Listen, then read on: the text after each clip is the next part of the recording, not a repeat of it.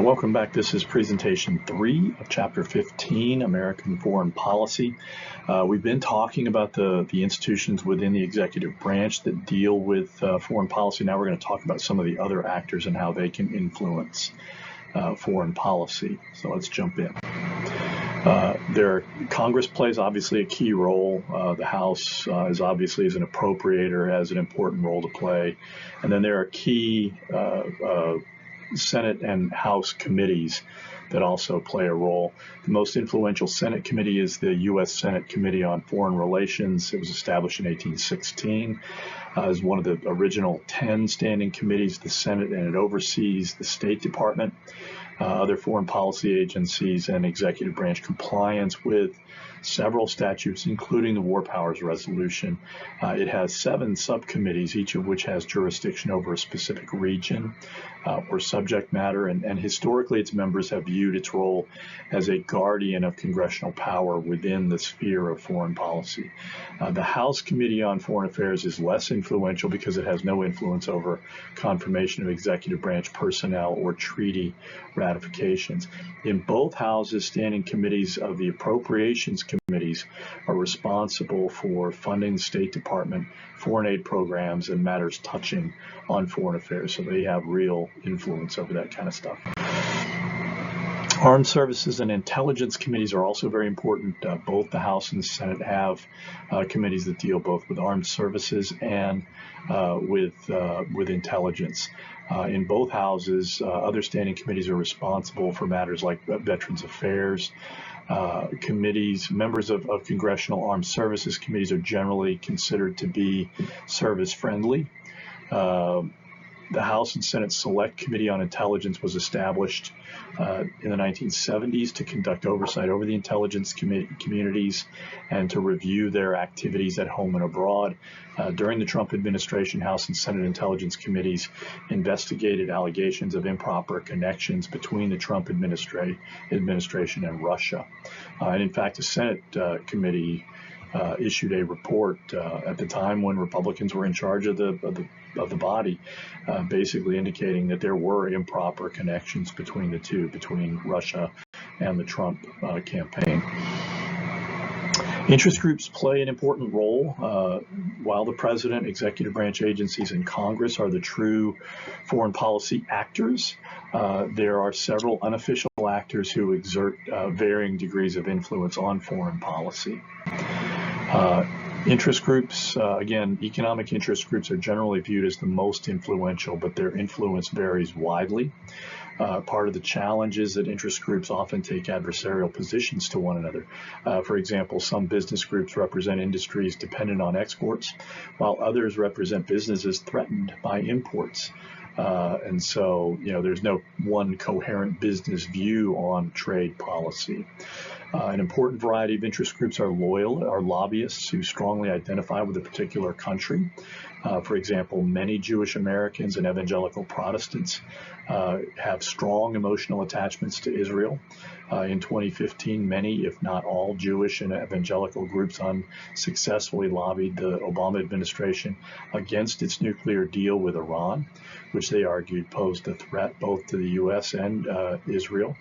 Similarly, Cuban Americans within government, Cuban Americans also again have a lot of say with U.S. Cuban relationships. And again, you could also note that the attacks of October 7th have triggered an enormous amount of concern within the United States. A lot of campuses, there have been concerns expressed and protests over how Israel has waged its conflict within Gaza.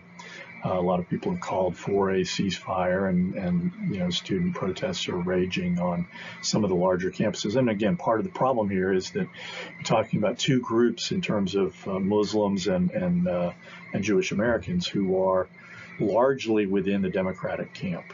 Okay. So a third type of interest group has proliferated in recent decades, devoted to advancing the cause of human rights, and examples include Amnesty International and Greenpeace. Greenpeace is an example of a group that engages in demonstrations rather than lobbying or electoral politics to advance environmental causes. And Amnesty International is basically, argues about, or basically tries to raise awareness of political prisoners and people who have been subjected to torture in other countries. Tools of American foreign policy, again, governments provide or have a variety of tools with which to implement foreign policy. Most of them can be grouped under three broad categories: diplomacy, money, and force.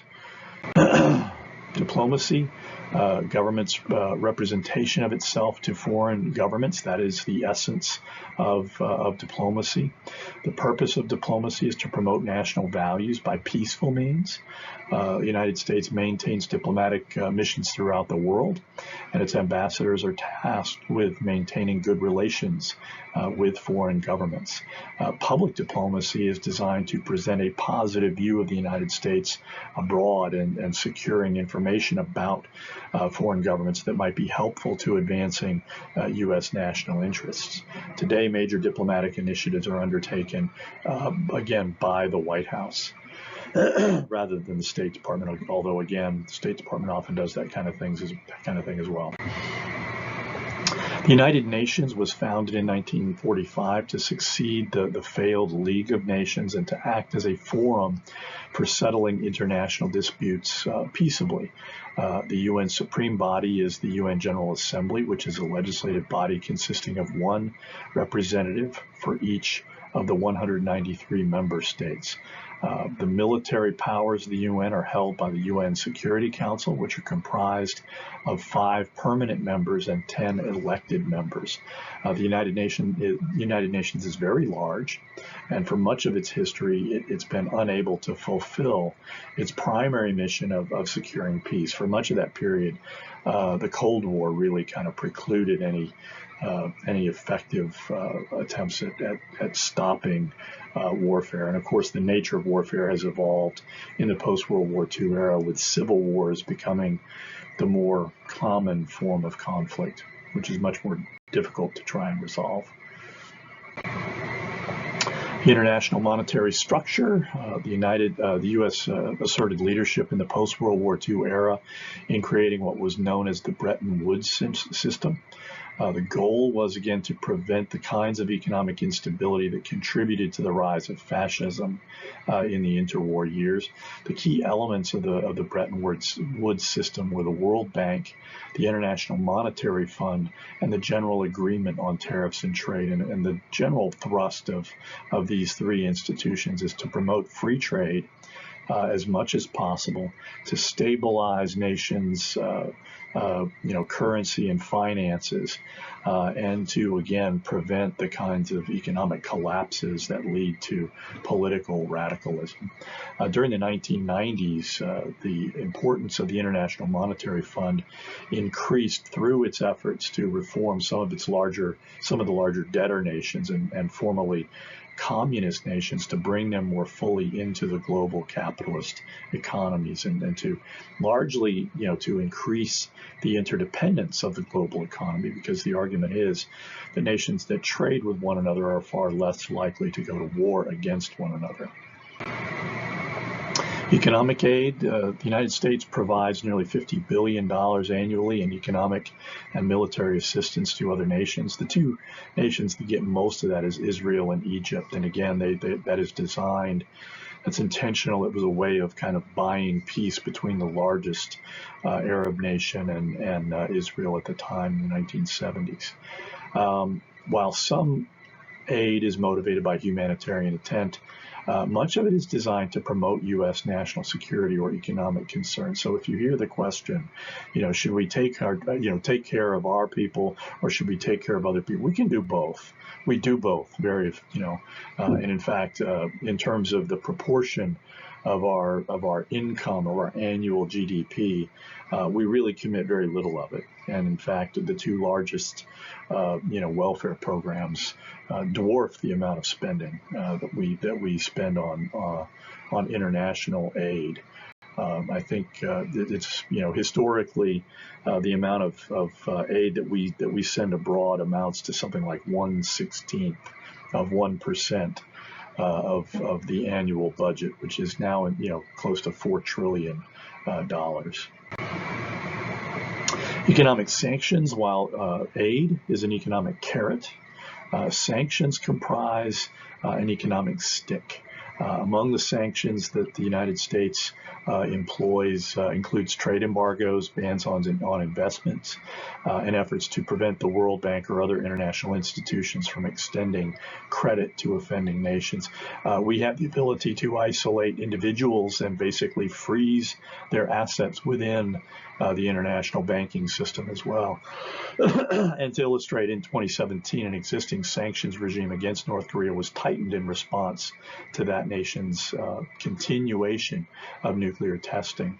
The United States also uses, again, economic sanctions to advance humanitarian and human rights policy goals. Collective security.